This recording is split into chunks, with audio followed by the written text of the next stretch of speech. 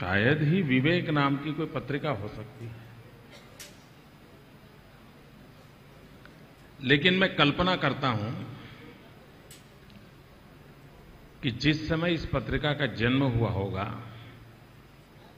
उस समय विवेक नाम इसलिए तय हुआ होगा कि उस समय के सत्ताधीश विवेक खो चुके थे और तब जाकर के विवेक की जरूरत थी और उसी पार्श्वभूमि में विवेक का जन्म हुआ होगा, ऐसी मैं कल्पना करता हूं।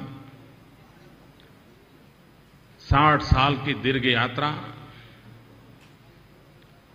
एक विचार पत्र के लिए आसान काम नहीं है।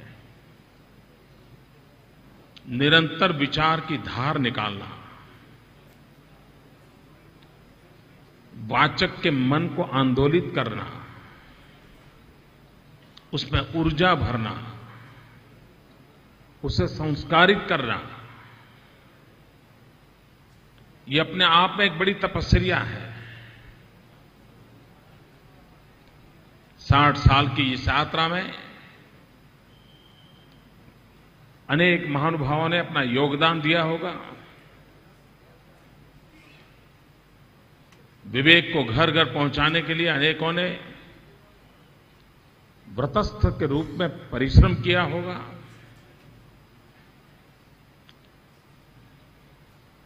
राजनीतिक कठिनाइयों के बावजूद भी अनेक लोगों ने उसे आर्थिक बल प्रदान किया होगा।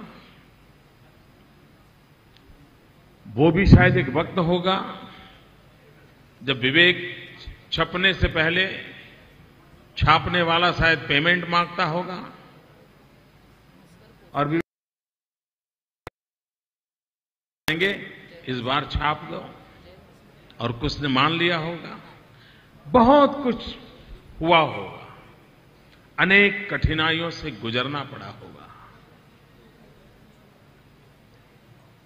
और हीरा तब चमकता है जब ज्यादा घिसता है।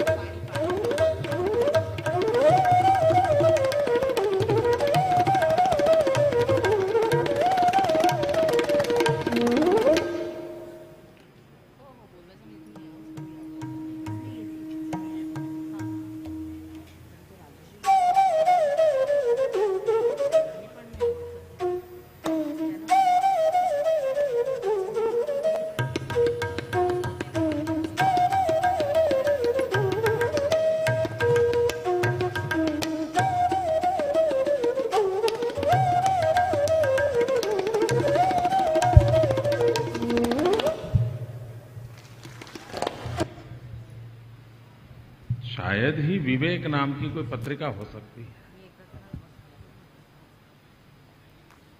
लेकिन मैं कल्पना करता हूं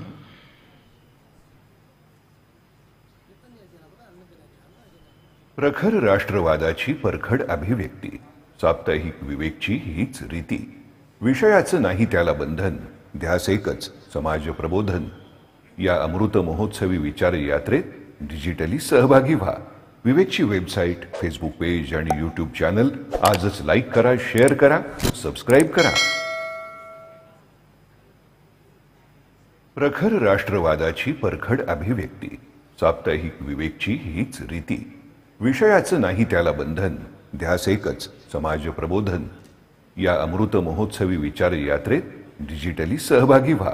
विवेकची वेबसाईट, फेसबुक पेज आणि यूट्यूब चॅनल आजच लाईक करा, शेअर करा, सबस्क्राईब करा. प्रखर राष्ट्रवादाची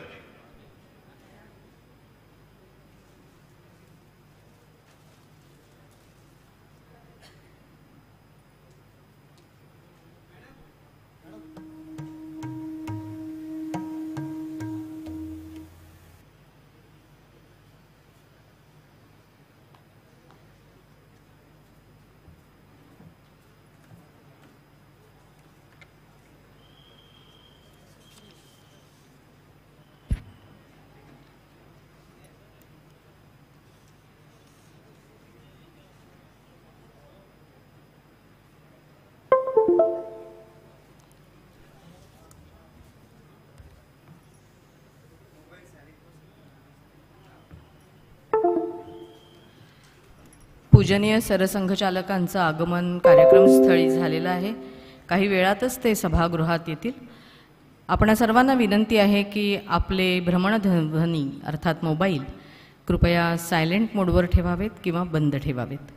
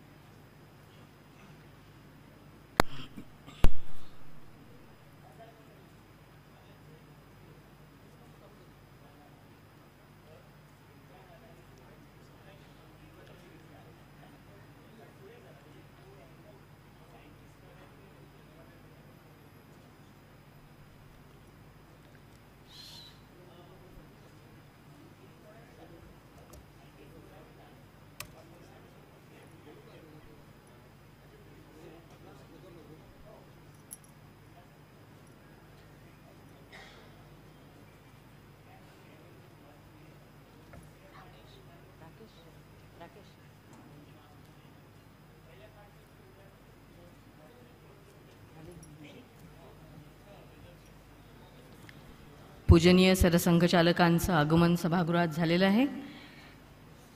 मी डॉक्टर मोहनजी भागवत यांच्यासह रमेशजी पतंगे, सुधाकरराव जाधवर आणि राजेशजी लोया यांना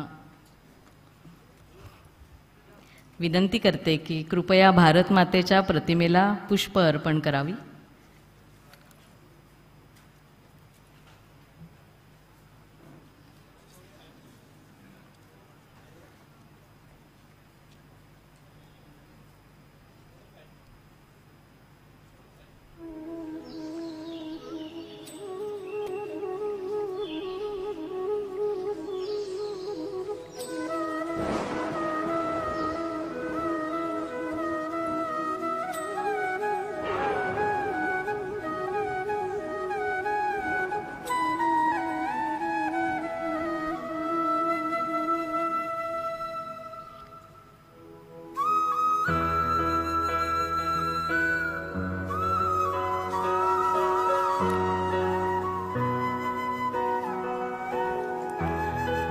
या ग्रंथ प्रकाशन सोहळ्यासाठी मंचावर उपस्थित सर्व मान्यवर आणि मंचासमोर उपस्थित असलेल्या सर्व मान्यवरांचं मी अश्विनी मयेकर साप्ताहिक विवेकच्या वतीने मनपूर्वक स्वागत करते।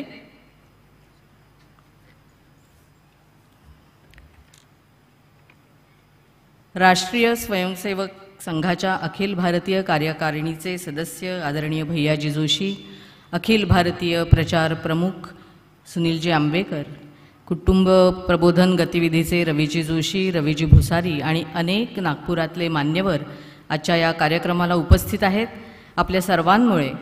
आपल्या सर्वांच्या आत्मीय उपस्थितीमुळे या कार्यक्रमाची उंची वाढली आहे। आम्ही खरोखर कृतज्ञ आहोत। राष्ट्रीय स्वयंसेवक संघ हे केवळ देशातीलच नव्हे तर संपूर्ण जगातलं सर्वात मोठं आणि सर्वात प्रभावशाली संघटन। ही ओळख तयार झाली ती संघाच्या शतकभराच्या वाटचालीतून। कंटकाकीर्ण मार्गावरून चालतानाही ध्येयापासून न ढळता केलेल्या मार्गक्रमणामुळे विचारांचं आणि उद्दिष्टांचं समान सूत्र एका पिढीकडून दुसऱ्या पिढीकडे प्रवाहित होत राहिलं। हिंदू समाजाला एक करत, बलशाली करत आणि अधिकाधिक निर्भय करत। यासाठी विविध कार्याची, विविध आयामांची जोड देऊन कार्यविस्तार होत राहिला। देशाच्या सर्व भागात संघ रुजला, वाढला, बलशाली झाला। जमिनीत खोलवर गेलेली संघ विचारांची मुळं या संघटनाला अधिकाधिक बळ देत गेली। अशा या संघटनेचे विद्यमान सरसंघचालक पूजनीय डॉक्टर मोहनजी भागवत यांच्या शुभहस्ते संघ शताब्दी ग्रंथाचं प्रकाशन आज होत आहे। ही आमच्यासाठी खरोखरच परमभाग्याची गोष्ट आहे। पूजनीय मोहनजींचं स्वागत हिंदुस्थान प्रकाशन संस्थेचे अध्यक्ष, साप्ताहिक विवेकचे माजी संपादक, ज्येष्ठ विचारवंत लेखक आदरणीय रमेशजी पतंगे यांनी श्रीरामाची मूर्ती, पुष्पगुच्छ आणि शाल देऊन करावं अशी मी त्यांना विनंती करते।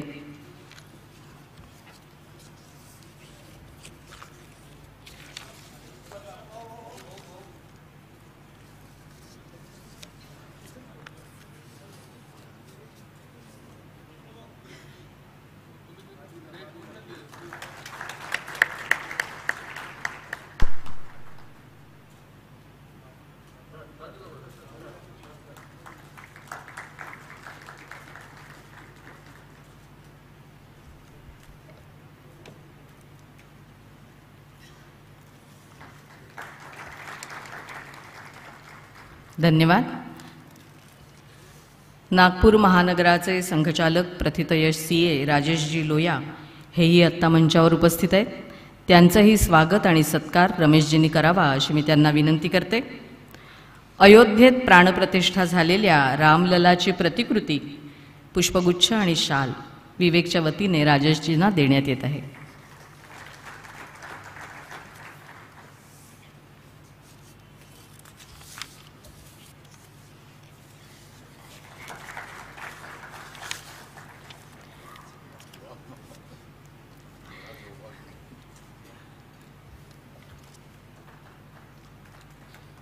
धन्यवाद। मंचावर उपस्थित आहे जाधवर ग्रुप ऑफ इन्स्टिट्यूटचे संस्थापक अध्यक्ष प्राचार्य डॉक्टर सुधाकरराव जाधवर यांचंही विवेकच्या वतीने स्वागत आणि सत्कार करावा अशी मी पूजनीय मोहनजींना विनंती करते। या संस्थेचे उपाध्यक्ष ॲडव्होकेट शार्दूल जाधवर यांनीही मंचावर यावं। ही शैक्षणिक संस्था सामाजिक दायित्व निभावण्याच्या भावनेतून वंचित वर्गातल्या मुलांना आपल्या शाळांमधून विनाशुल्क शिकण्याची संधी देते।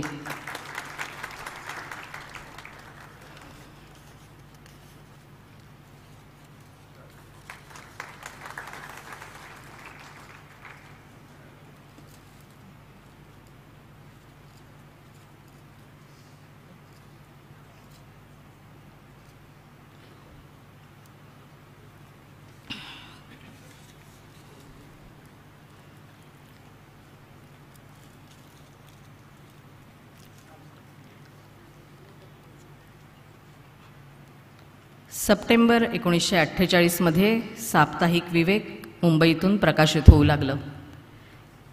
राष्ट्रीय विचारांचा प्रसार आणि प्रचार यासाठी हाती घेतलेलं हे व्रत, ही भावना विवेकच्या सुरुवातीपासून आजतागायत आहे, यापुढेही राहील। 75 वर्षाच्या खडतर वाटचालीत हा वसा जपला विवेकमधल्या प्रत्येकाने। मूळ उद्दिष्टाच्या अधिक जोरकस आविष्कारासाठी नवनवीन आयाम साप्ताहिक विवेकला जोडले गेले. साप्ताहिक विवेकच्या बरोबरीने मासिक हिंदी विवेक, मासिक शिक्षण विवेक, त्रैमासिक वैद्यराज, शेतकरी बंधूंसाठी सुरू झालेली दर महिन्याची कृषी विवेक पुरवणी आणि पुस्तक ग्रंथ प्रकाशनाचा स्वतंत्र विभाग अशा विविध अंगाने प्रसारमाध्यमातलं विवेकचं काम विस्तारत गेलं. गेल्याच वर्षी याच सुमारास गेल्या रामनवमीलाच खरं तर हिंदुत्व हा ग्रंथ विवेकचा प्रकाशित झाला आणि आज रामनवमीच्या दुसऱ्या दिवशी संघ शताब्दीनिमित्त संघाच्या शतकभराच्या वाटचालीचा मागोवा शब्दबद्ध करणारा ग्रंथ आज प्रकाशित होतो आहे. या ग्रंथामागची मूळ संकल्पना काय होती, कसं काम केलं गेलं, या सर्वाबद्दलची माहिती आपण घेऊया रमेशजी पतंगे यांच्या प्रास्ताविकातून. मी त्यांना विनंती करते की त्यांनी प्रास्ताविक करावं.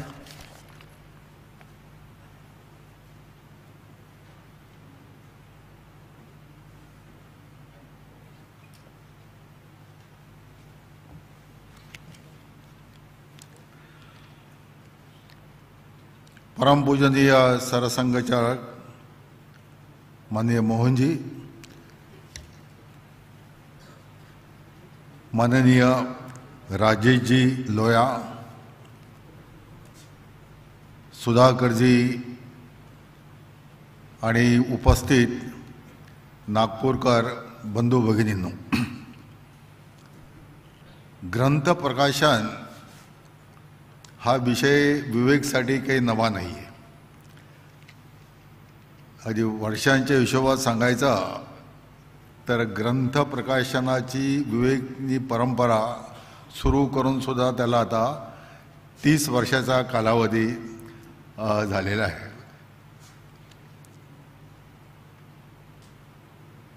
यंदा म्हणजे 2024 साली असं दरवर्षी त्याचं चिंतन होतं यावर्षी कोणता विषय घ्यावा.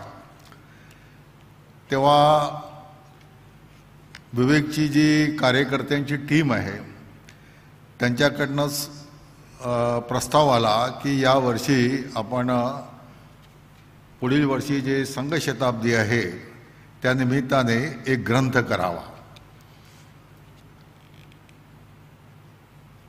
मला सांगायला आनंद वाटेल की यापूर्वी हे ग्रंथाचे विषय जे आहेत एक तर मी किंवा दिलीप करंबेळकर हे सुचवत असो, त्याचं प्लॅनिंग करत असो, पण यावेळेला थोडं उलटं झालं. असा टीमकडूनच विषय आला आणि तो विषय आल्यामुळे मग ते करायचं ठरलं. त्यावेळेला आपल्या सर्वांना माहीत आहे की राष्ट्रीय स्वयंसेवक संघ काही शताब्दी साजरी करणार नाही. परमपूज्य डॉक्टरांनी सांगून ठेवलं की आपल्याला सिल्वर जुबली, गोल्डन जुबली वगैरे संघाची करायची नाही आहे, तो संघ शताब्दी करण्याचा काही प्रश्न येत नाही आहे. मग शताब्दीचा ग्रंथ करायचा म्हणजे काय करायचं?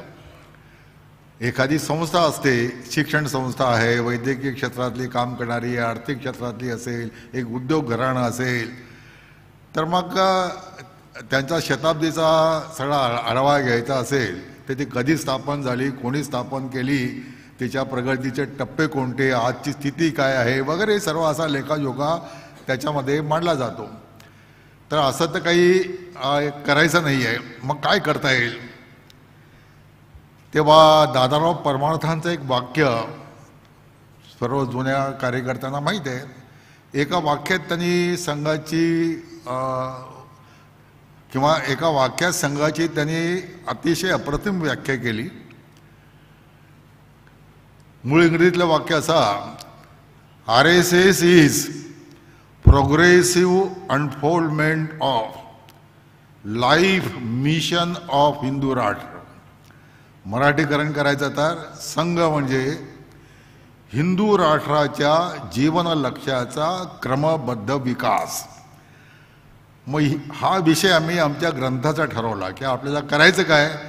तर पूजनीय डॉक्टरांनी मंत्ररूपाने जो संघ मांडला त्या मंत्राची अभिव्यक्ती प्रत्येक कालखंडामध्ये कशी कशी होत गेलेली आहे.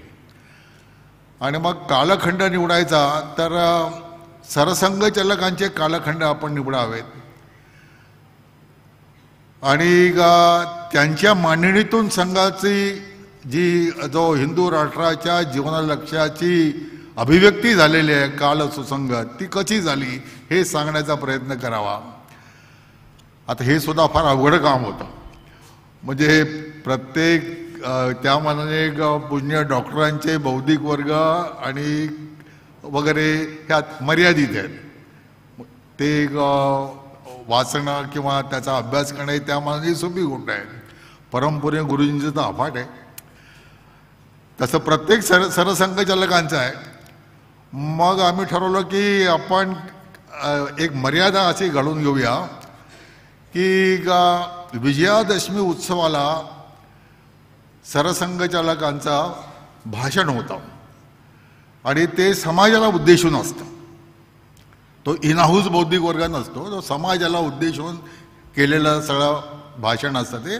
आणि त्यामध्ये त्या त्या काळाचे जे प्रश्न आहेत त्या प्रश्नांना सरसंघचालक हे स्पर्श करतात आणि मग ते प्रश्न त्या त्या काळात उत्पन्न झाले असतील. जसे गुरुजींच्या काळामध्ये देश स्वतंत्र झाला, देशाची फाळणी झाली, महात्मा गांधीजींची हत्या झाली, चीनचं आक्रमण झालं, 65चं युद्ध झालं, 71चं युद्ध झालं, असे सगळे प्रसंग जे आहेत हे सगळा देशाच्या प्रत्येक नागरिकाला स्पर्श करणारे असे विषय आहेत. त्याविषयी गुरुजींनी आपली मतं काय मांडलेली आहेत याचा एक आढावा घ्यावा.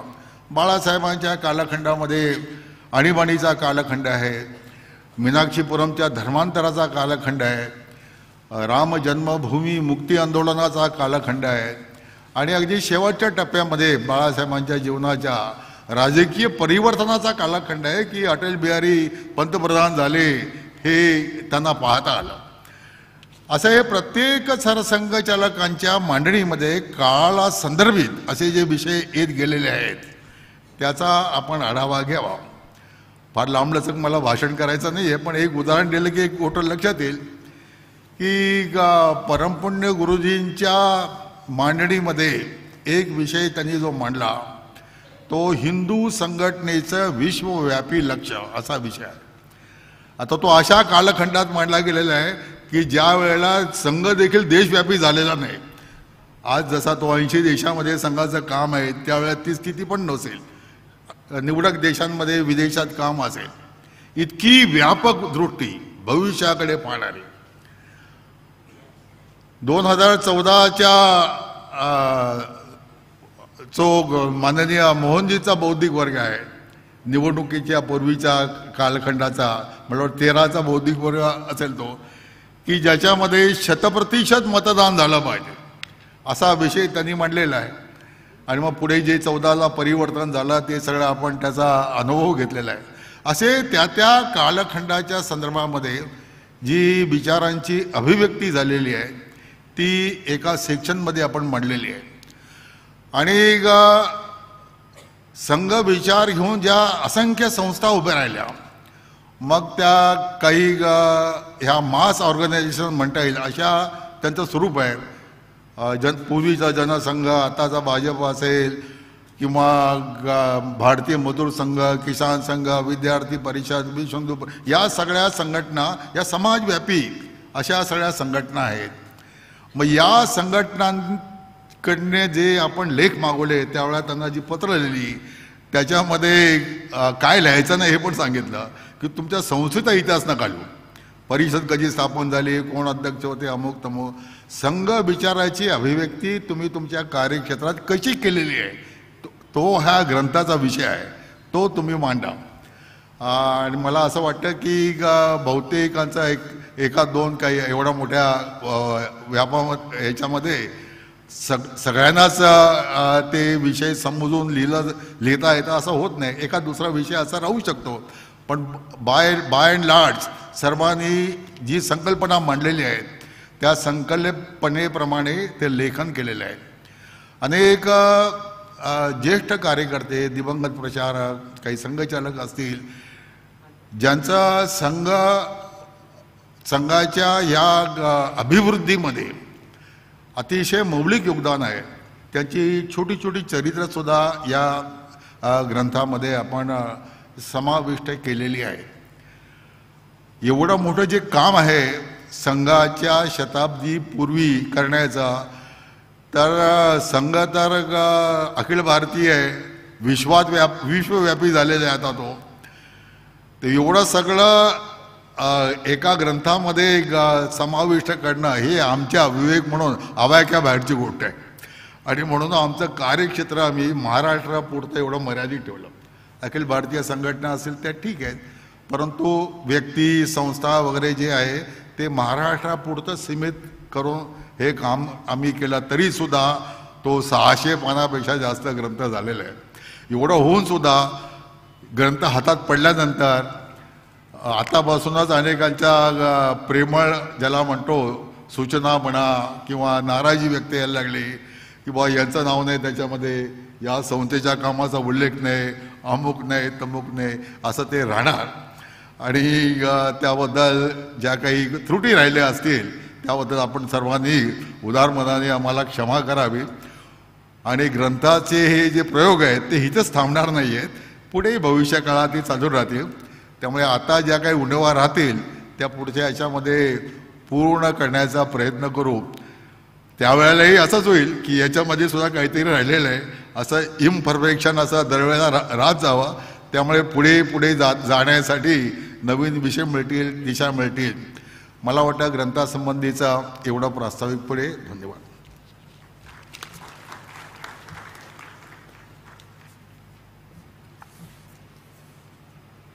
मंचावरच्या सर्व मान्यवरांना मी विनंती करते की त्यांच्यासमोर पुष्पपरडीत ठेवलेल्या ग्रंथाचं प्रकाशन करावं.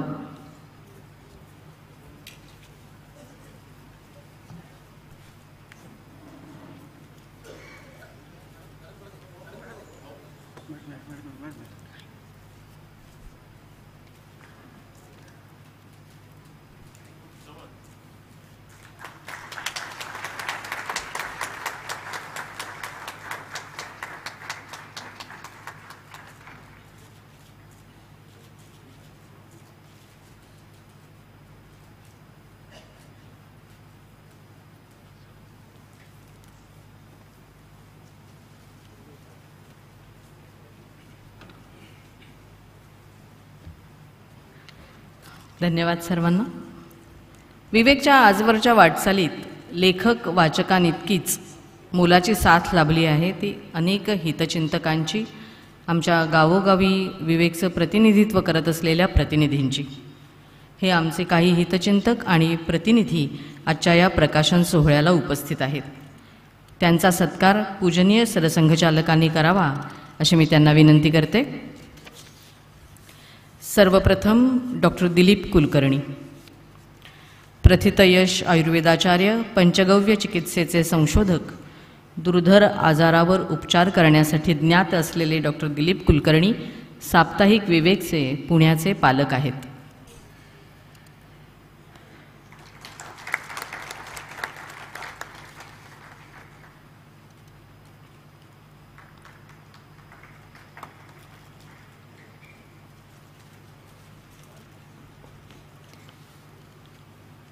यानंतर पुण्याचेच पुणे शहर पालक, साप्ताहिक विवेकचे पुणे शहर पालक रमेश उर्फ मामादेवी,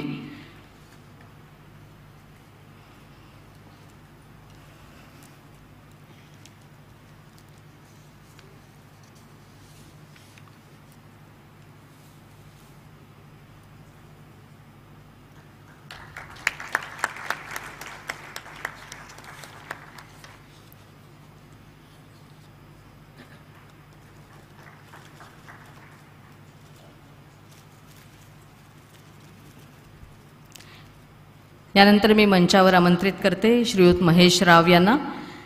नागपूर जिल्हा प्रतिनिधी म्हणून ते साप्ताहिक विवेकचं काम पाहतात.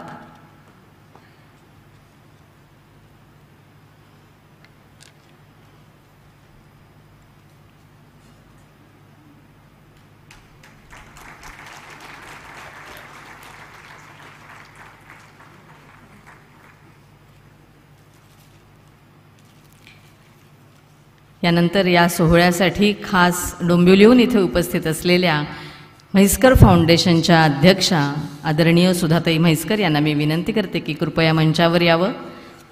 अतिशय धावपळीत अगदी आत्ता कार्यक्रमाच्या आधी 5 मिनटं त्या नागपूरमध्ये येऊन दाखल झाले आहेत. चार्टर्ड फ्लाईटने आले आहेत त्या.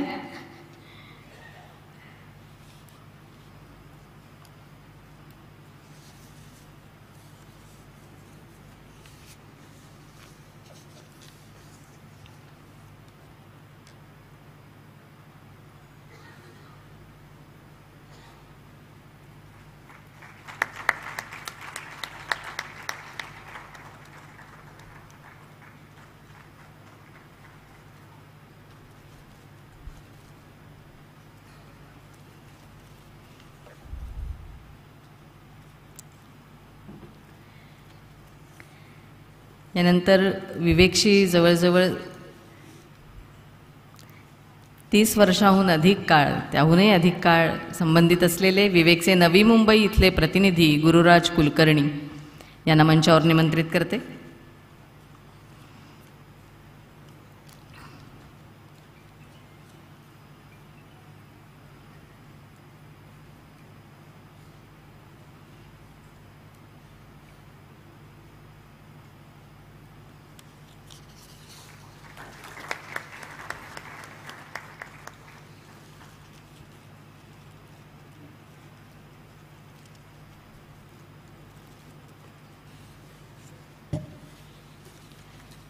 आणि लातूरहून आलेले आमचे आराध्य सर, देवगिरी प्रांताचे विवेकचे पालक म्हणून जबाबदारी सांभाळतात.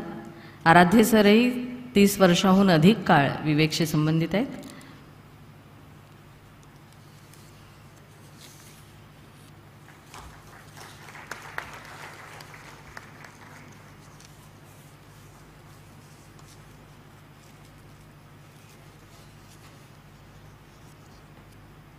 धन्यवाद मोहनजी.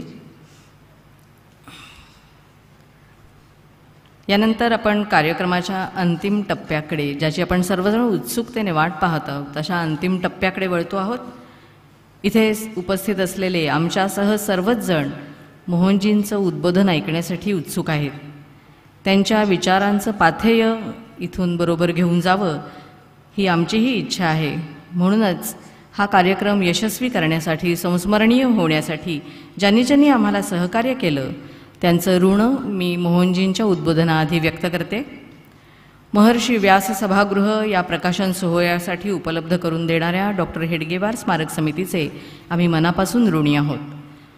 ज्यांच्या शुभहस्ते ग्रंथाचं आत्ता प्रकाशन झालं ते पूजनीय डॉक्टर मोहनजी भागवत, नागपूर महानगराचे संघचालक आदरणीय राजेशजी लोया, विवेकचे हितचिंतक प्राचार्य सुधाकरराव जाधवर आणि सभागृहात उपस्थित असलेले सर्व महानुभाव, वाचक, हितचिंतक आणि लेखक, आपल्या सगळ्यांमुळे हा सोहळा एका वेगळ्या उंचीवर गेला याची आम्हाला जाणीव आहे. आम्ही खरोखरच कृतज्ञ आहोत. या सोहळ्यासाठी गावोगावहून उपस्थित राहिलेले विवेकचे प्रतिनिधी आणि हितचिंतक यांचेही मनापासून आभार. पूजनीय मोहनजींच्या उद्बोधनाआधी वैयक्तिक पद्य सादर करणारे अमर कुलकर्णी आणि उद्बोधनानंतर पसायदानाने आपला कार्यक्रम संपणार आहे ते पसायदान गाणाऱ्या अवनी रानडे यांचेही मी आत्ताच आभार मानते. अमर कुलकर्णी यांच्या वैयक्तिक पद्यानंतर पूजनीय मोहनजी आपले विचार मांडतील आणि त्यानंतर पसायदानाने या कार्यक्रमाची सांगता होईल. अमर कुलकर्णी.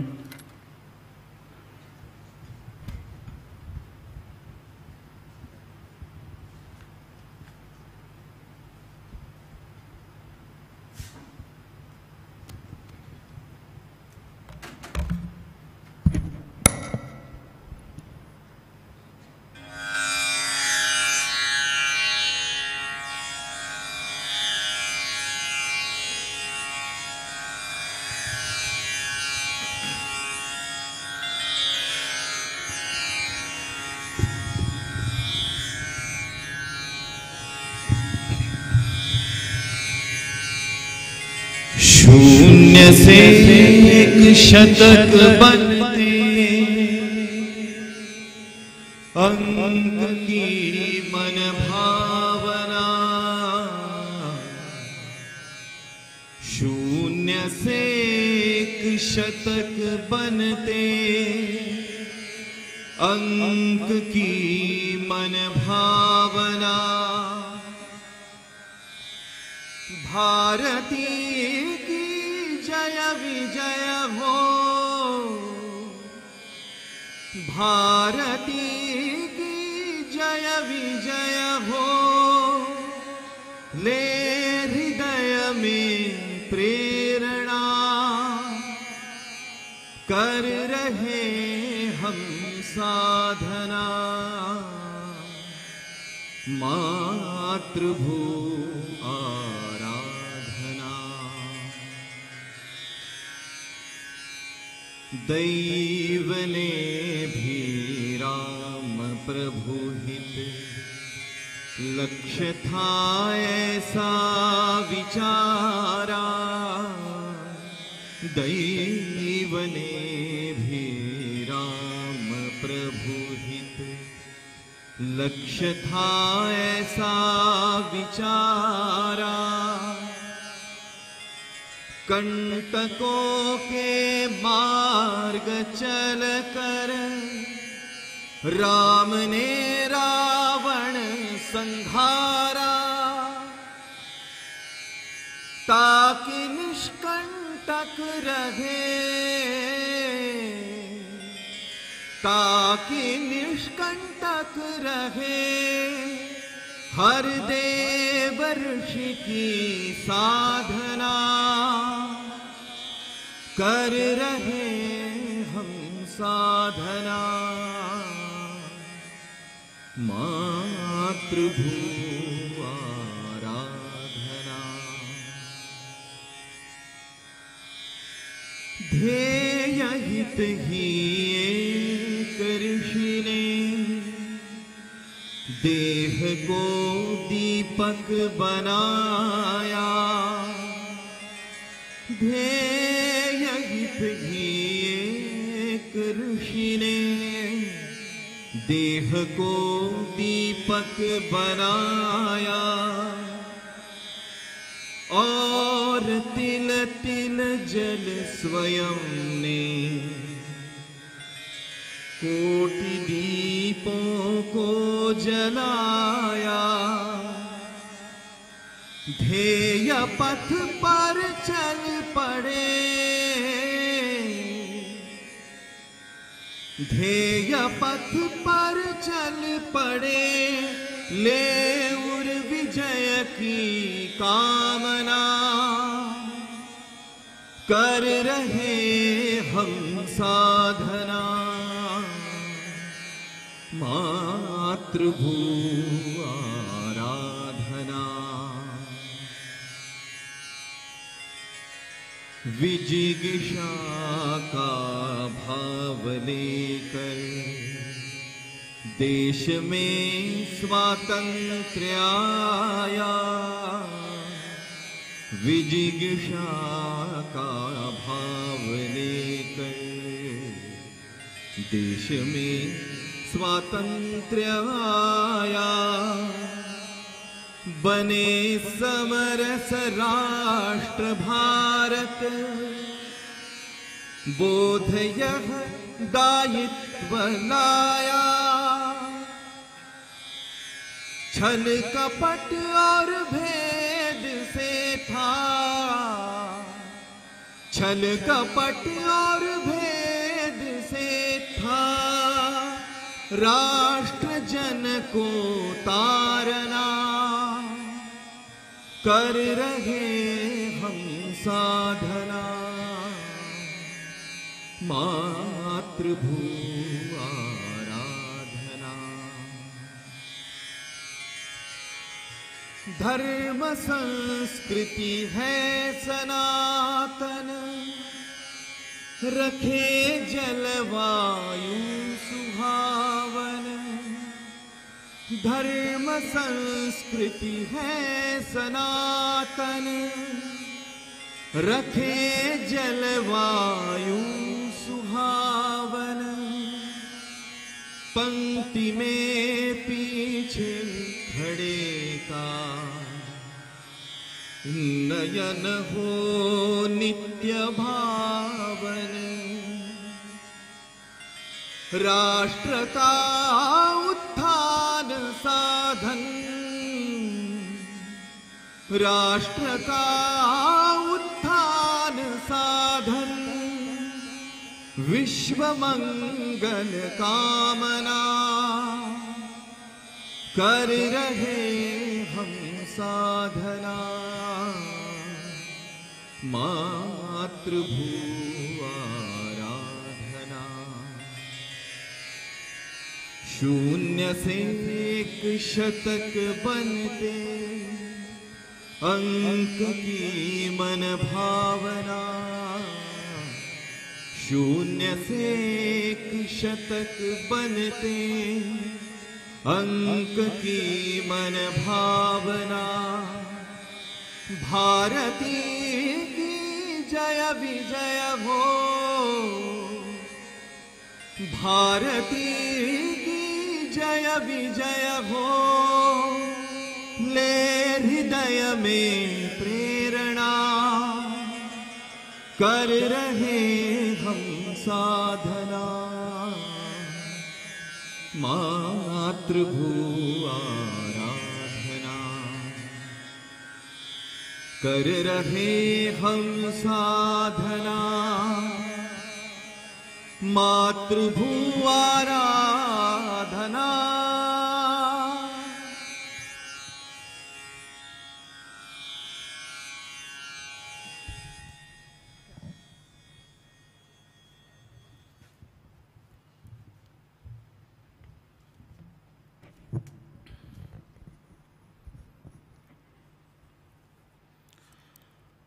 माननीय महानगर संघचालक जी, आदरणीय जाधवर जी, आदरणीय रमेश पतंगे जी, उपस्थित सभी संघ के माननीय अधिकारीगण, आत्मीय सज्जन, माता भगिनी,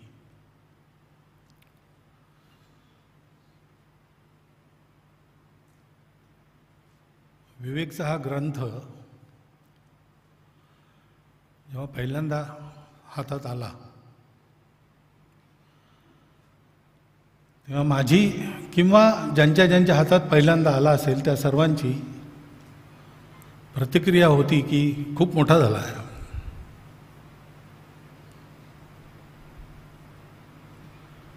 परंतु राष्ट्रीय स्वयंसेवक संघाचा आत्तापर्यंतचा प्रवास केवळ एवढंच चित्रण करायचं म्हटलं तर असा विचार केल्यानंतर प्रत्येक जण म्हणतो की हा ग्रंथ फार लहान झाला. आणि आता जी ग्रंथाची थीम सांगितली, RSS is evolution of life mission of Hindu nation, असे दादारावांचे शब्द होते. तर मग हा ग्रंथ आणखी लहान झाला असं वाटतं. परंतु जेवढा झाला आहे तेवढा आपल्या सर्वांच्या अभ्यासाकरता आणि चिंतनाकरता पुरेसा आहे. रमेशजींनी सांगितल्याप्रमाणे ग्रंथप्रकाशनं चालूच राहतील. संघ हा आता आपल्या देशाच्या जीवनामध्ये केंद्रस्थानी आल्यामुळे त्याच्यावरचं लिहिणं बोलणं हे वाढत राहणार नित्य. त्यामुळे आणखी त्याचं प्रकटन वैचारिक विश्वामध्ये पुढेही होत राहील. पण आज आपल्याला जेवढी आवश्यकता आहे तेवढी पूर्ण करणारा हा ग्रंथ झाला आहे. त्याच्यामध्ये संघाचा विचार आहे, त्याच्यामध्ये संघाचा आजचा विस्तार आहे आणि त्याच्यामध्ये संघ संघ म्हणतात तो कसा हे ज्यांच्याकडे पाहून आपण जाणू शकतो अशांच्या जीवनाचं वर्णन आहे. म्हणजे शब्दातून आणि प्रत्यक्ष दोन्ही प्रकारचं संघाचं दर्शन हे या ग्रंथातून होत आहे.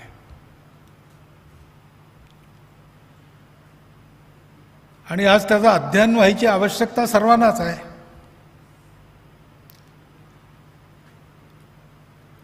देशविदेशातले जाणकार लोक, देशविदेशाच्या परिस्थितीचं चिंतन करणारे, जगाच्या परिस्थितीचे चिंतन करणारे लोक, त्यांना असं वाटतं की आज जे काही चालू आहे त्याच्यामध्ये संघ हा एक महत्त्वाचा घटक आहे आणि तो काय आहे आपल्याला समजला पाहिजे. तसा संघ नुसता बुद्धीने समजणं अवघड आहे, पण नुसता बुद्धीने तरी काही संगती लागली पाहिजे त्यातल्या गोष्टींची, हे बरंच होईल. म्हणून त्या सगळ्या लोकांना याचं अध्ययन हे उपकारक ठरू शकेल.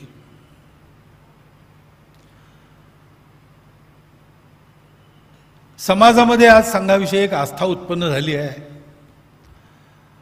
अनेक लोक आज संघाचे स्वयंसेवक होऊ पाहतात, त्यांची पत्र येतात, प्रत्यक्ष भेटतात तेव्हा म्हणतात, वेबसाईटवर येतात. तर येताना तेही प्रयत्न करतात कुठेतरी काही मिळावं.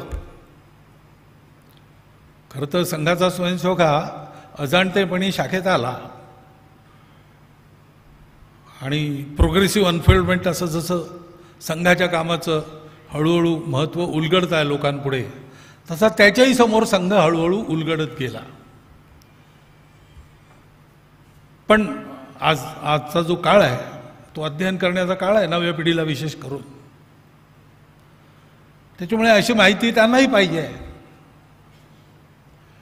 आणि संघाच्या स्वयंसेवकांकरता तर या अशा प्रकारचं चिंतन हे फार महत्त्वाचं आहे.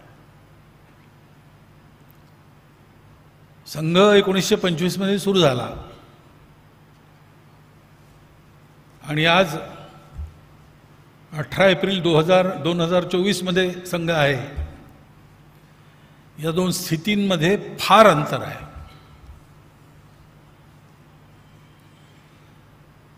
काहीही साधन नसताना, विचाराची मान्यता नसताना, विरोध चारी बाजूंना असताना, बिना साधनांनी संघ सुरू झाला. मी तेव्हाच्या कार्यकर्त्यांना फार कठीण जात असे. संघाचे कार्यक्रम व्हायचे, त्याच्याकरता खर्च तर लागतोच. तो खर्च जमा करताना फार त्रास व्हायचा, फार कष्ट व्हायचं.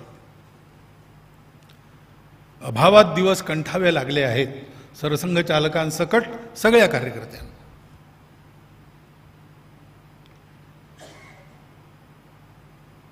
आणि आजचा काळ हा सर्व प्रकारच्या अनुकूलतेचा, साधन संपन्नतेचा काळ आहे. त्यावेळेला संघाची स्तुती वगैरे तर कुठे ऐकूच येत नसे. आमचे बिहारचे एक क्षेत्र संघचालक होते बबुआजी, ते आपल्या सार्वजनिक भाषणात आणि बौद्धिक वर्गातही कधी कधी असं म्हणायचे की प्रेमाचा, कौतुकाचा, आनंदाचा एक शब्द कानावर पडून घ्यायची आम्हाला सवय नाही आहे. अनुकूलतेची आम्हाला मुळीच सवय नाही आहे. आम्ही श्रीमंतांच्या घरच्या कुंड्यातली फुलं नाही आहोत. त्याचं हवा, पाणी, वारा यांच्यापासून संरक्षण व्हावं म्हणून सर्व प्रकारची काळजी घेतली जाते. त्यांना पोषण मिळावं म्हणून निरनिराळ्या प्रकारची खतं दिल्या जातात. आम्ही जंगलची रानफुलं आहोत. योगायोगाने अंकुरलो, ऊन वारा पाऊस सगळं खात, निसर्गाचा मार खात, जनावरांच्या पायाखाली तुडत त्याच्यातून आम्ही वाढलो आणि मोठे झालो. आत्तापर्यंत कौतुकाचा एकही शब्द आमच्या कानावर पडला नाही, तरी आम्ही वाढत राहिलो. खरंच असा संघाचा प्रवास झालेला आहे. आता ही परिस्थिती बदलते. मनुष्य परिस्थितीचा विचार करतो. सरसंघ चालकांच्या भाषणात त्या वेळच्या प्रश्नांचा उहापोह, याच्यात काही विशेष नाही. सार्वजनिक वक्ता म्हणून भाषण करणाऱ्या सगळ्यांच्या ह्याच्यात त्यांच्या त्यांच्या दृष्टिकोनातून असा उहापोह थोड्या प्रमाणात येतच असतो. सगळ्या देशाचा विचार करणाऱ्या लोकांकडून असं चिंतन होतच असतं, असं मार्गदर्शनही होतच असतं. परंतु परिस्थितीचा उतार चढाव काही असला तरी त्या परिस्थितीला तोंड देऊन पुढे जाणारा तो सर्व काळात कायम असतो. प्रतिकूलता होती तेव्हाही तो होता, अनुकूलता आहे तेव्हाही तो आहेच. तो कायम असतो, परिस्थिती बदलते. आणि त्याच्यामुळे परिस्थितीतून यशस्वी वाटचाल करत पुढे ज्यांना जायचं आहे त्यांना परिस्थितीच्या बदलाप्रमाणे स्वतःला चालत ठेवण्याचं भान ठेवता ठेवता परिस्थिती कितीही बदलली तरी आपल्या रस्त्यावरून पाय ढळायला नको याचं खूप मोठं भान ठेवावं लागतं. आणि त्याच्यामुळे संघाचा जेव्हा आपण विचार करतो किंवा लोक विचार करतात तेव्हा संघाच्या स्वयंसेवकांनी काय केलं असा विचार करतात. परंतु संघ हा काय केलं याच्यापेक्षा संघाचे स्वयंसेवक काय असावेत याच्याकरता आहे. आपले जे भारत सावित्री म्हणून महाभारताच्या शेवटच्या भागात 5 श्लोक आहेत. त्याच्या या परिस्थितीचा चढाव उतारांचं वर्णन आहे.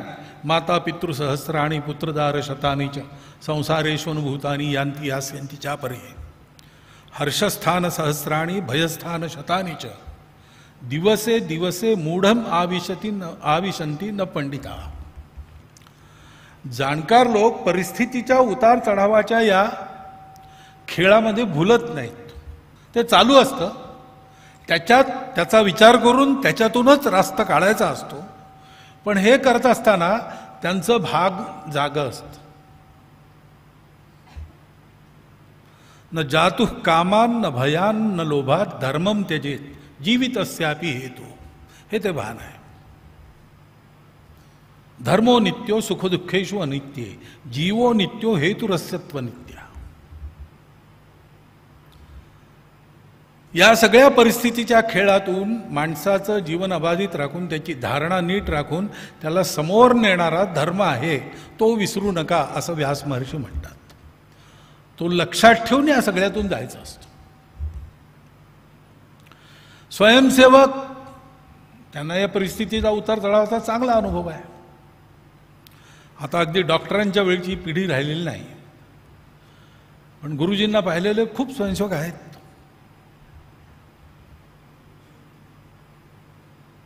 तर संघ त्या काळापासून कोणत्या उतार चढावात गेला हे ज्यांनी प्रत्यक्ष पाहिलं आहे. माझ्या वयाचे स्वयंसेवक, त्यांनी संघाला होणारा विरोधही पाहिलेला आहे. संघाची साधनहीनताही अकंचनताही पाहिलेली आहे. आणि आता संघाला एक जी अनुकूलता लाभलेली आहे, साधन संपन्नता लाभलेली आहे, ती पाहिलेली आहे. पण हे सगळं पाहून संघात वागताना, संघ पुढे नेताना या परिस्थितीचा हिशोब तर करावाच लागेल.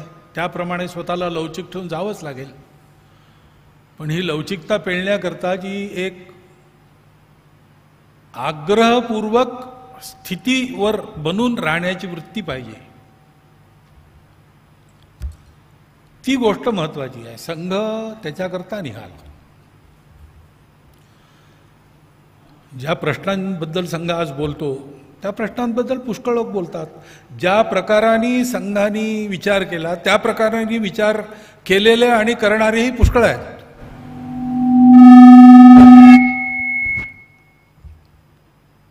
परंतु हे सगळं होत आलेलं आहे. पण गेल्या 1000-1500 वर्षात अशी परिस्थिती आली की त्याचं पूर्ण फळ मिळेना. महापुरुष झाले, खूप काम केलं, त्यागी विरागी कार्यकर्ते झाले, त्यांनी खूप काम केलं, परंतु पूर्ण फळ हाती लागलं नाही. एक आक्रमण झालं, ते परतवलं आपण. त्यामुळे सावध होऊन दुसऱ्या आक्रमणाच्या वेळेला आपण ते परतवून लावलं असं नाही झालं. हुणांच्या वेळेपासून जे चालू आहे शकू हुण कुशाण यवन मुघल आणि ब्रिटिश, हा गेल्या काही दशकांचा शतकांचा सततचा इतिहास आहे की वारंवार कोणीतरी येतं आणि पाहता पाहता आपल्याला गुलाम बनवतं. आपण ते सहन करणारे लोक नाहीतच, आपल्या अंगी पराक्रम आहे म्हणून आपण पुन्हा स्वतंत्र होतो, पण पुन्हा दुसरा येतो आणि पुन्हा आपण गुलाम बनतो. दरवेळेला त्याच चुका करतो. दरवेळेला कोणीतरी घरभेदी मिळतो, दरवेळेला कुठेतरी आपली असावधानता आपल्याला नडते, दरवेळेला आपल्यातले भेद हे परकीयांच्या यशाला खतपाणी घालतात. मुळात हा रोग आहे, त्याचं निदान झाल्याशिवाय आणि या देशाचं नष्टचर्य संपणार नाही.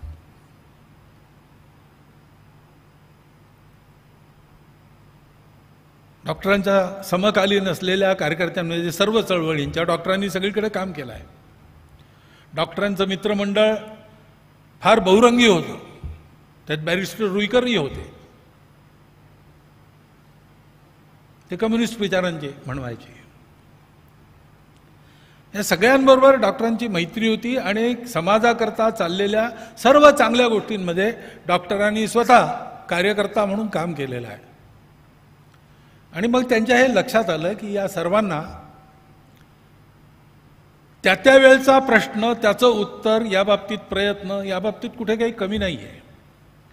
परंतु हे सगळं कमी नसतानाही प्रत्येकाला असं वाटतं की हा तात्पुरता उपाय आहे, पण नेहमी करता हे जर संपवायचं असेल, समाजातली एखादी रूढी निपटून काढायची असेल, परकीय राज्यकर्त्यांना कायमचा निरोप द्यायचा असेल, हे सगळं जर कायम व्हायचं असेल तर त्याच्याकरता आपल्यातले काही मूलभूत दोष ते दुरुस्त केले पाहिजेत. ते दुरुस्त करण्याचं काम कोणाला तरी करावं लागेल आणि मग ते कोणीतरी केलं पाहिजे. तर डॉक्टर म्हणाले की बाकी कामं सगळे लोक करतायत, आम्ही हेच काम करतो. डॉक्टरांच्या एका पत्रात असं वाक्य आहे की संघटनेकरता संघटना हे तत्व संघाच्या अधिकाऱ्यांनी पूर्णपणे समजून घेतले पाहिजे. हे समजतच नसे लोकांना. पण जे सगळं होत आहे आज, संघाचे स्वयंसेवक करतायत आणि जे व्हायला पाहिजे ते समाजात आपोआप होत राहील. एखादी साथ येते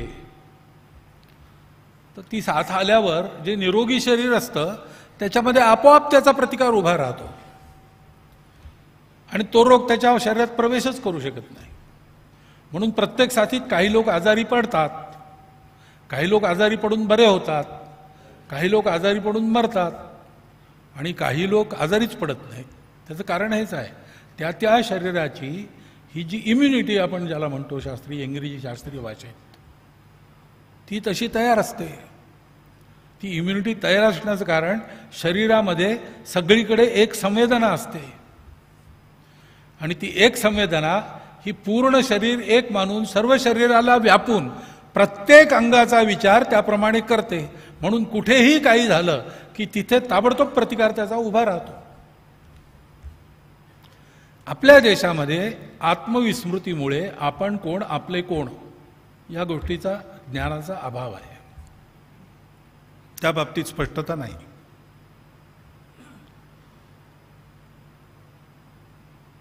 लागोपाठच्या आक्रमणांमुळे जी गुलामी आली त्या गुलामीचं एक मानसिक दडपण आहे. त्याच्यामुळे स्पष्ट विचार करणे, स्पष्ट बोलणे याचा साहस नाही, आत्मविश्वास नाही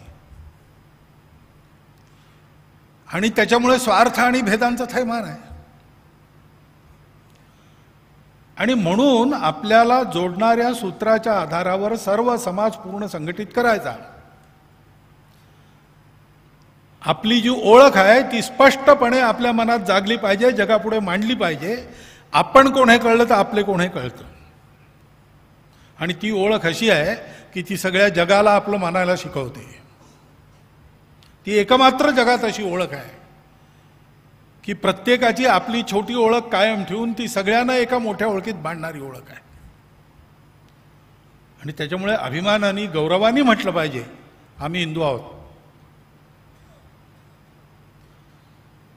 सर्व प्रकारच्या परिस्थितीतून जगाचं जीवन नीट चालावं, राष्ट्राचं जीवन नीट चालावं, कुटुंबांचं जीवन नीट चालावं, व्यक्तीचं जीवन नीट चालावं, अशा प्रकारचा एक प्राकृतिक चालत आलेला धर्म तो आपला धर्म आहे. त्याला आपण हिंदू धर्म म्हणतो. तो सनातन धर्म आहे, तो मानव धर्म आहे, तो बंधुभाव आहे.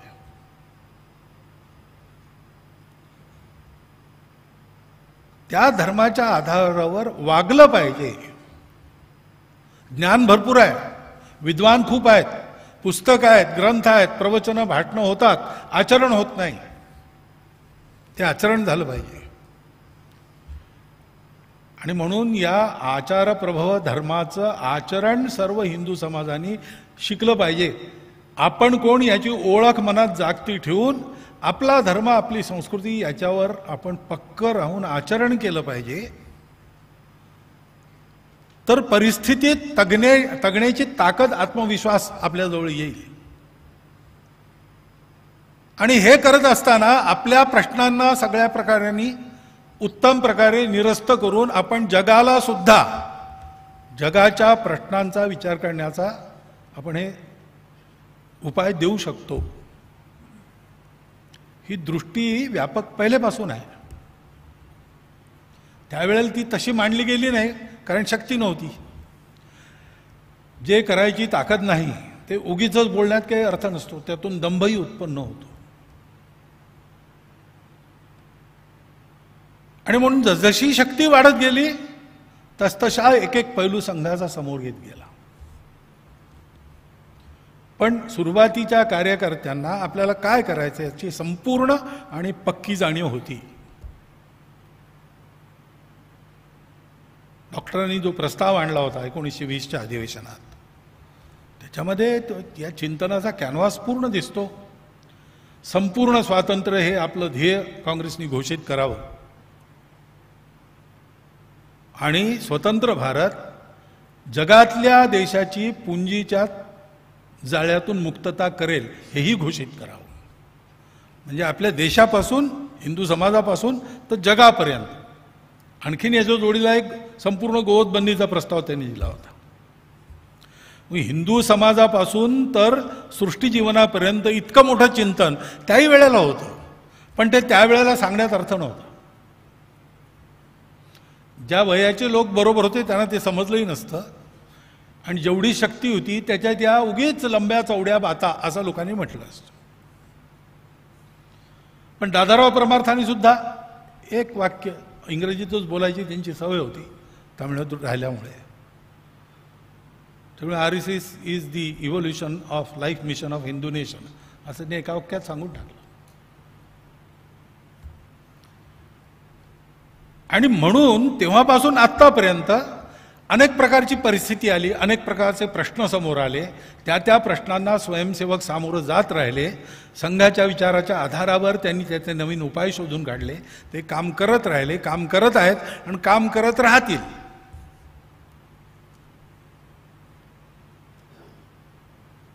परंतु हे करत राहतील प्रामाणिकतेने, निस्वार्थ बुद्धीने, तनमन धनपूर्वक. हे कशाच्या भरोशावर की हे आम्ही जे सगळं करतो आहोत ते कशाला, तर धर्माचं आचरण झालं पाहिजे, माझं झालं पाहिजे, माझ्या कुटुंबाचं झालं पाहिजे, माझ्या समाजाचं झालं पाहिजे, आमचं राष्ट्र तसं झालं पाहिजे, सगळं जग तसं चाललं पाहिजे. तर मग सृष्टी, मानवता हे सगळे बरोबर चालतील, त्यांचा सोबत विकास होईल. सर्वेपि सुखिनः सन्तु अशी स्थिती निर्माण होईल. आणि अशी सर्वेपि सुखिनः सन्तु स्थिती निर्माण होत नाही तोपर्यंत दुःख नेहमी करता मानवतेचा पाठलाग करेल. आणि म्हणून आपल्या आंतरिक जगामध्ये, आध्यात्मिक जगामध्ये या सुखदुःखांविषयी आपली जी इम्युनिटी आहे ती नीट बांधवायची. सुखदुःखम समे कृत्वा लाभा लाभो जया जयो, असा व्यवहार करून काम करणारे कार्यकर्ते, सात्विक कार्यकर्ते, मुक्तसंग, अनहमवादी, धृती उत्साह समन्वित, सिद्धी असिद्धी निर्विकार असे. आणि सगळ्या जगामध्ये कोणीही दुःखी राहू नये असा भौतिक जीवनाचा गाडा हळूहळू वळणावर आणायचा. ही दोन्ही कामं एका वेळेला चालणार आहेत. या बाहेरच्या कामांवर परिस्थितीचे चढउताराचे परिणाम होत असतात, म्हणून त्या परिस्थितीची काळजी तशी करावी लागते. परंतु कुठल्याही परिस्थितीत कार्यकर्त्याचं हे जे सत्व आहे ते राहिलं पाहिजे, कारण मुळात संघ हे जीवन आहे. म्हणून संघाचं चिंतन विजयादशमीच्या भाषणातून प्रकट करण्याचा प्रयत्न झाला आहे. संस्था जीवनातून त्याची अभिव्यक्ती कशी दाखवली, परंतु 50-60 नक्की संख्या माझ्या लक्षात नाही, इतकी जीवनं दिलेली आहेत. ती केवळ 50-60 नाही आहेत.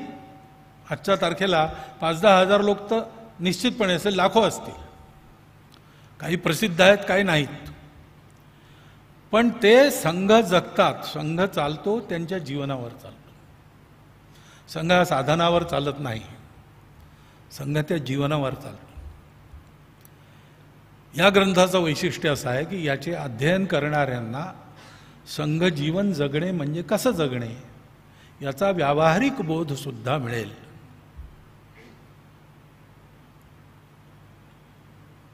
शताब्दीच्या वेळेला आम्ही जेव्हा विचार करतो संघाचा, शताब्दी साजरी वगैरे करायची नाही, का नाही? कारण एका संस्थेच्या अहंकाराचं पोषण करण्याकरता संघ नाही आहे. संघ नावाची एक संस्था, आम्ही केलं अशाकरता संघ नाही आहे.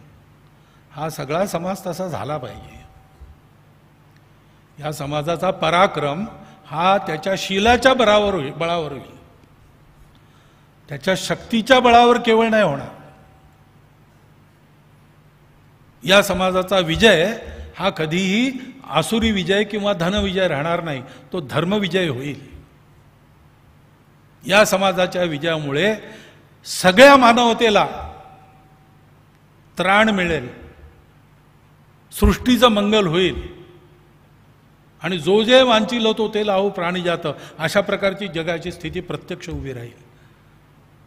याच्याकरता आपलं जीवन तसं जगणारे लोक, त्यांची निर्मिती ही संघ करतो. आणि ती निर्मिती जसजशी होत राहते, वाढत राहते, तसतसं मग समाजाच्या भौतिक जीवनाच्या क्षेत्रात सुद्धा स्वयंसेवक जातात आणि निराळी कामं अशी उभी होतात. त्याच्यामुळे लोकांचा आस्था विश्वास वाढतो, अनुकूलता येते, अशी स्थिती होते. हा आपली पाठ थोपटून घ्यायचा विषय नाही आहे. म्हणून संघाची शताब्दी मुळात साजरी करावी लागते, हा आमच्या चिंतेचा विषय आजही आहे. इतका वेळ लागायला नको होता. बाळासाहेबांना विचारलं कोणीतरी, ते सरकारी असताना, की डॉक्टर साहेब म्हणायचे सिल्वर ज्युबिली साजरा करण्याकरता संघ नाही, लवकरात लवकर पूर्ण करा. पण मग आता इतकी वर्ष झाली, 1962 सालातली किंवा 65 सालातली गोष्ट आहे, 65च. तर बाळासाहेब म्हणाल हो हे खरं आहे, परंतु हिंदू समाजाची अवनती कोणत्या स्थितीला जाऊन पोचली याच्याबद्दलचा आमचा अंदाज चुकला.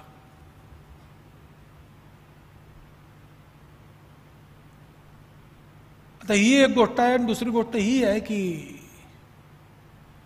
सगळ्या परिस्थितीतून जाताना मिळालेल्या यशाने हुरळून न जाता आणि मिळालेल्या ठोकरींनी निराश न होता आपली गती कायम राहून, आपलं जीवन कायम राखून सक्रिय राहणे सतत, हे मानवी मर्यादेच्या आत स्वयंसेवक किती करू शकतो, तो जितकं जास्त करू शकतो तितकं लवकर ते होतं.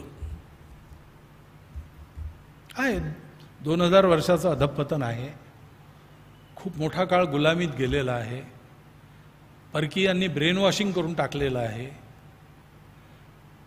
सगळं जग एका अपूर्ण विचार पद्धतीच्या आधारावर विनाशाकडे चालत असताना सुद्धा आमचंच खरं या प्रकारचा अहंकार बाळगून आणि त्या प्रकारचं सगळ्या जगावर एक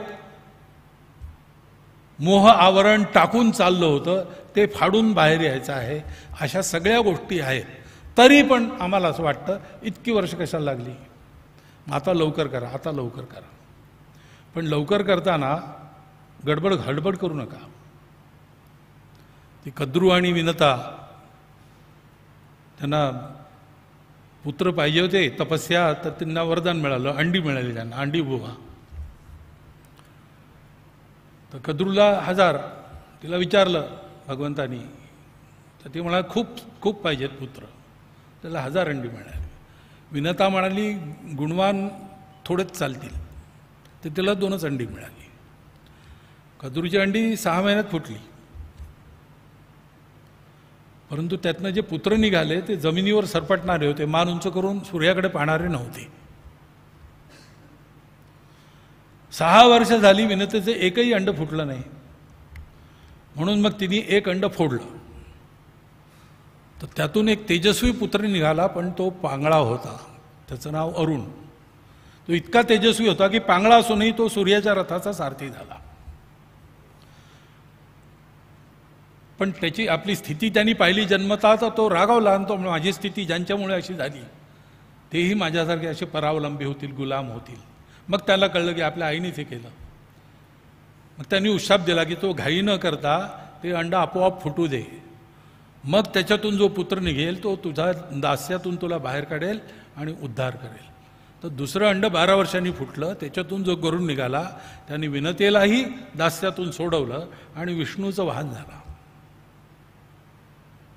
विष्णूचं वाहन ही नोकरी नव्हती त्याची. युद्धामध्ये तो आटपत नाही हे लक्षात येऊन विष्णूंनी त्याच्याशी दोस्ती केली आणि म्हटलं की तू माझं वाहन हो, विनंती केली. आणि दोस्ती झाल्यामुळे त्यांनी मित्राची विनंती मान्य केली, असा इतिहास आहे. त्याच्यामुळे लवकर झालं पाहिजे, लवकर झालं पाहिजे, पण जे पाहिजे तेच झालं पाहिजे, जे पाहिजे तसंच झालं पाहिजे. असं संघाच्या स्वयंसेवकांना चालावं लागतं. त्याच्यासाठी जो विवेक आवश्यक आहे तो विवेकच्या या प्रकाशनातून त्यांना मिळू शकेल असं या ग्रंथाचं वरवर अवलोकन केल्यावरून मला वाटतं. ते तसंच असावं असा मी विश्वास प्रकट करतो आणि या सगळ्या प्रकल्पाला शुभकामना देत माझे 4 शब्द समाप्त करतो.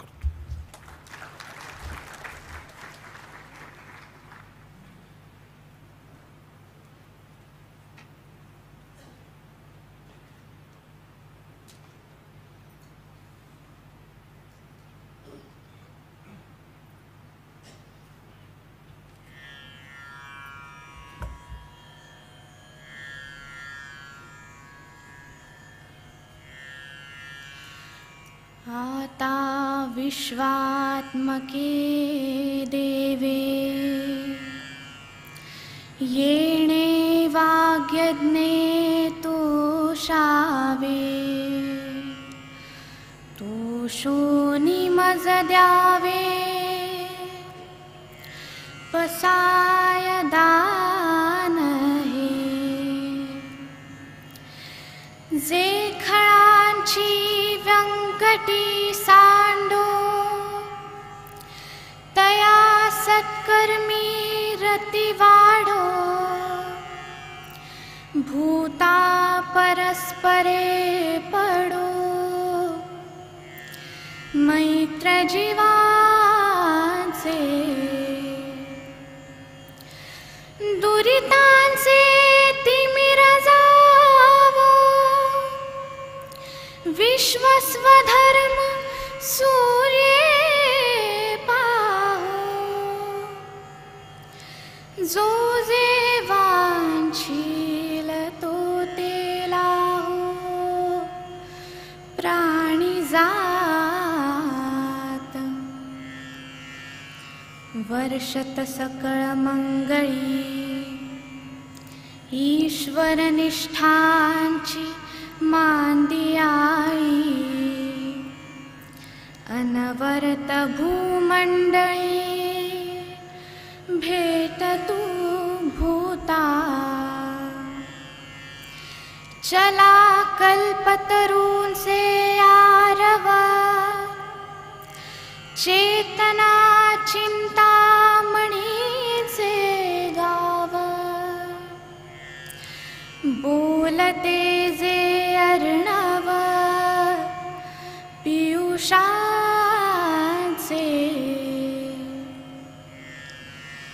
चंद्रमेजे अलांछन मार्तंड जे तापहीन ते सर्वाही सदा सज्जन सोय रे हो तू किंबहुना सर्वसुखी पूर्ण होनी तिन्ही लोकी भजिजो आदि पुरुखी अखंडित आणि ग्रंथोपजीविये विशेषी लोकीये दृष्टादृष्ट विजय हो आवे जी येथ म्हणे श्री विश्वेश्वराव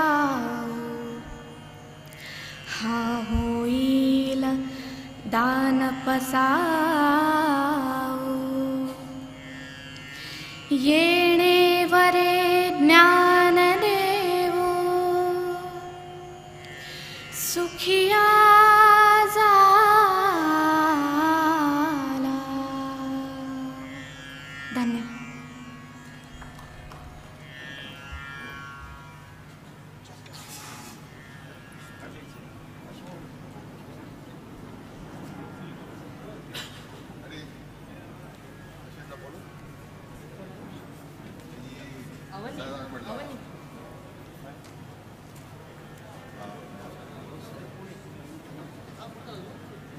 अवंती हार्ट सुरेख गटू जरा एक फोटो काढा यांचा फोटो